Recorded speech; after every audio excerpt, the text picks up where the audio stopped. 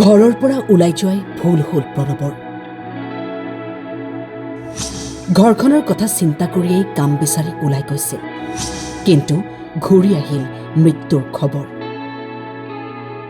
মৃত্যুৱে কেৰালালৈ মাতি নিলে নেকি জামুগুৰি হাটৰ পাছিগাঁৱৰ প্ৰণৱ বৰুৱাক। কেৰালাৰ এটা ৰেল ষ্টেচনত ৰহস্যজনকভাৱে মৃত্যু হৈ যুৱকজন।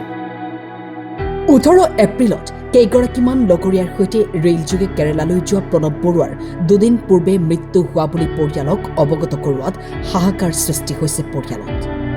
তেওঁ কেৰালালৈ গ'ল। কেৰালাৰ পৰা শুনা পাইছোঁ যে আধা মানে কেৰালা কামৰ জেগাত গৈয়ে নাপাল। তেওঁ আধা ৰাস্তাতে মানে তেওঁ ঢুকাল বুলি মৃত্যু বুলি শুনা পাইছোঁ। আৰু এতিয়া ভাইটিহঁতৰ মুখেদি শুনা পাইছোঁ মানে হাবিপালৰ ল'ৰা এনেকৈ লগত 11জন গৈছে তেওঁৰ লগতে, যাৰ কাৰণে আধা ৰাস্তাতে মৃত্যু হোৱা বুলি মানে খবৰ পাই মানে মই আহিছোঁ। এতিয়া ভাইটিহঁতৰ মুখেদি শুনা পাইছোঁ যে মোক এনেকৈ লৈ গৈছে। এতিয়া মেডিকেল মানে গৈয়ে নাপাল, আধা ৰাস্তাতে তেওঁ ঢুকাল।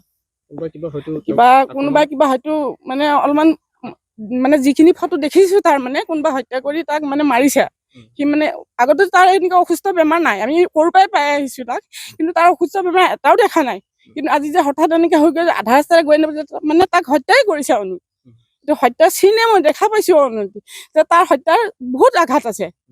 এতিয়া সেইটো তাৰ বেমাৰ নাই একো, সৰুৰ পৰা তাৰ কেঁচুৱাৰ পৰাই দেখা পাই আছোঁ আমি। এটা কোনো নাই, এটা মানে মোবাইলো চুইচ অফ কৰি ৰাখিছে। হয়, চুইচ অফ কৰি ৰাখিছে। চুইচ অফ কিয় ৰাখিব? আৰু বেমাৰীটো পেলাই থৈ সিহঁতে কিয় পলাব লগা হ'ল? পলাবতো নালাগিছিল। এতিয়া ক'ব লাগিছিল যে এনেকৈ হ'ব লাগিছিল বা ভাইটি এনেকৈ হ'ল। এতিয়া গৈ যে মৰাৰ পিছত ডেটটোৰ পিছত তেওঁলোকে কিয় হ'ব? তাৰ আগতে ঘৰলৈ খবৰ দিয়ক। মোৰ সৰু ভাইটিহঁতো আছে, ঘৰৰ মা দেউতা চব ভাই বোৱাৰীও চব আছে। ক'ব লাগিছিল যে বোলে এনেকৈ মোৰ এনেকৈ হৈছে, কিবা বেমাৰ আছিল নেকি? মৰাৰ পিছত খবৰটো কিয় দিছে?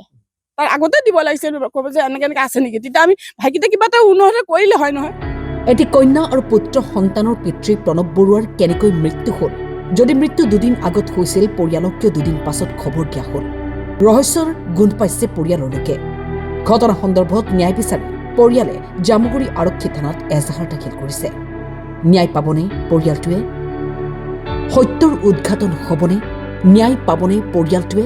কেৰালালৈ তেওঁ 18 তাৰিখে যোৱা ৰাতি আপোনাৰ 10টা বজাত গৈছিলে।